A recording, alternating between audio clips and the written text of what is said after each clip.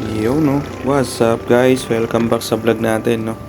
So itong vlog biyahe pala namin ay nung Sunday, January 4, 2026. First ride ng taon.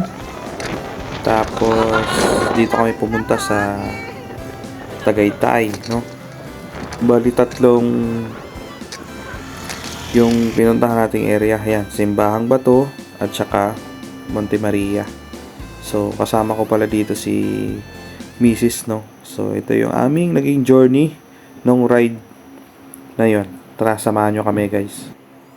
Ito na nga. January 4, 4:30 a.m. Yan ang take-off namin sa bahay ni Mrs. sa aming planong ride. So, ito ang unang stopover namin. Dito na may banda yan sa may Cavite no. Kasi naiihi na si Mrs. para tuloy-tuloy ang biyahe, pasiarin muna natin siya. So, ito nga pala yung loop na dadaanan namin. No? Yan, Tagaytay, Simbahang Bato, Monte Maria. Iyan yung mga pupuntahan natin. So, 6:30 a.m. Dumating na nga pala kami dito sa may Tagaytay People's Park. So, yan. Kita nyo naman, sobrang grabe yung pagi. No? Napakalamig dyan, guys. So, after nyan, konting kape, biyahe na uli kami. At dito nga pala kami dumaan sa may Sungay Road. Yung daanan na to ay pababa ng Laurel, Batangas from Tagaytay City. Yan pala yung shortcut no. Kung papunta ka ng Laurel, dadaan ka dyan sa may Sungay Road. Yan, grabe yung daanan dyan guys oh. Sobrang pababa talaga yung daanan dyan. Tsaka pagdadaan ka dito kailangan ingat lang lalo na sa pababa kasi pwedeng mag-init yung preno mo dito. Pero guys, sobrang solid ang tanawin dito, no? Pagka bababa ka dyan, pitik-pitik lang sa preno, papahingay mo yung preno mo. Tsaka kailangan mo talaga mag-engine brake dyan para hindi ka malusutan ng preno. So, yan, fast forward tayo.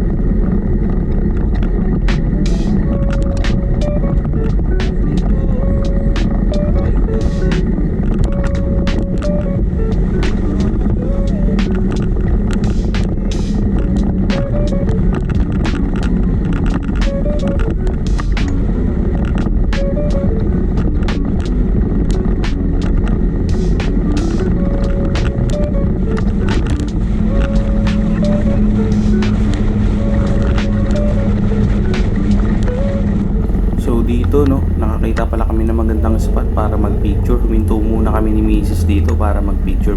So, ayan, ito yung pinaglasan ng mga ano dyan, no? Picture namin. Ayan, no? Ganda ng picture dyan guys, solid.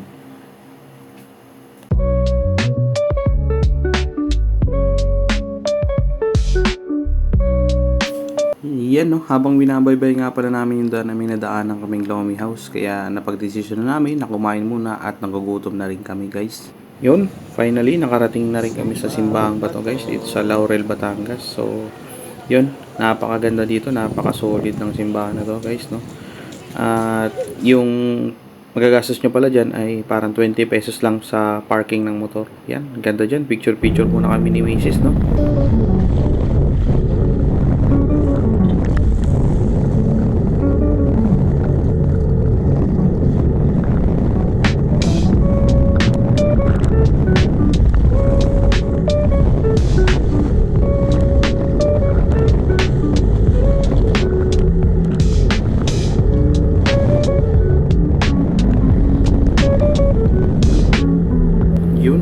After ilang oras no, nandito na rin kami sa Pamonte Maria na. Paakyat na kami ng Monte Maria guys. So, yan, nagsisimula ng umakyat yung daanan. Yan, puro paahon na yan. Napakasulit din ang mga bangkingan dito guys pagka dito kayo dadaan. Yan, dami pa namimitik dito guys ha. Pagka linggo kayo pupunta. Yan, maraming nagka-camera dyan. Ayun, napansin nyo dun sa gilid yun. Maraming namimitik dyan na cameraman. Tapos i-upload lang nila yan sa mga Facebook page nila. Doon nyo na lang hanapin. So tara, bye-bye na natin itong tahanan na ito. Tara, samahan nyo kami ulit. Yun o, finally nandito na kami sa Monte Maria guys. Sobrang solid ang biyahe. Nakakapagod din. So yan, pagka paparking na pala kayo dyan, hindi na kayo kukuha ng ticket. Magbabayad na lang kayo dun sa cashier. Para 50 pesos yata yan para makapag-park na kayo dun sa parkingan ng mga motor. Yan. Pili na lang kayo dyan sa kaliwa o di kaya kanan. Ingat na lang sa pagpapark. Center stand nyo na lang yung motor nyo, no? Para hindi matumba or pwedeng mangyari aksidente. Yan, ingat na lang. So, yan yung pwede nyo palang gawin dito sa Monte Maria. Yan, akit kayo sa roof deck na may salamin yung flooring niya, no? Yan, makikita nyan. Tanawin yung background yung dagat, background yung Monte Maria.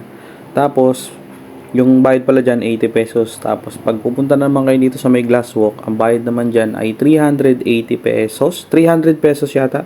Hindi ako nagkakamali sa view deck. Tapos, pag pupunta ko doon sa pinakadulo, or iikot ka, tapos pupunta ka sa maze line ba yun?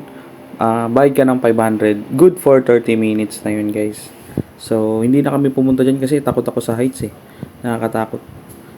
Kinakabahan ako kaya hindi na kami sumakay. Hindi na kami umakay. Yun, after pala namin ng Monte Maria, no, bumaba na kami dito sa may Lobo, Batangas para pumunta naman sa pang-apat na destination namin, which is magsiswimming naman kami sa dagat ni Mrs. So, yan pala yung daanan dun, no? Ganda rin, pababa. Ganda ng tanawin yan, guys. Tara, fast forward ulit tayo.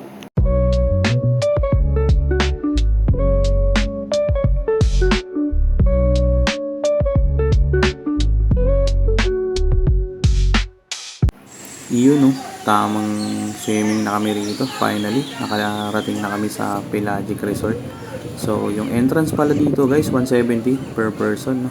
Tapos, yung cottage naman, table, parang 500. Pero malaki na yun. Good for 12 bucks na yata yung table na yun.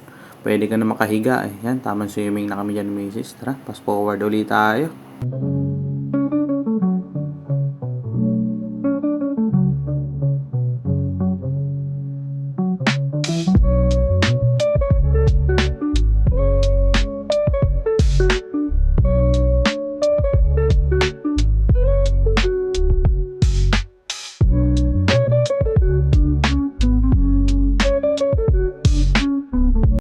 Yun, after 2 hours na pagsiswimming namin yan ni Mrs., no? Pauwi na rin pala kami. So, yung total gastos pala namin dito is 2,000 lang. Yan, lahat-lahat na kasama na gas tsaka pagkain guys. Tapos yung travel time pala namin dito is nag-take off kami sa bahay ng 4:30 AM. Nakabalik kami ng 8 PM.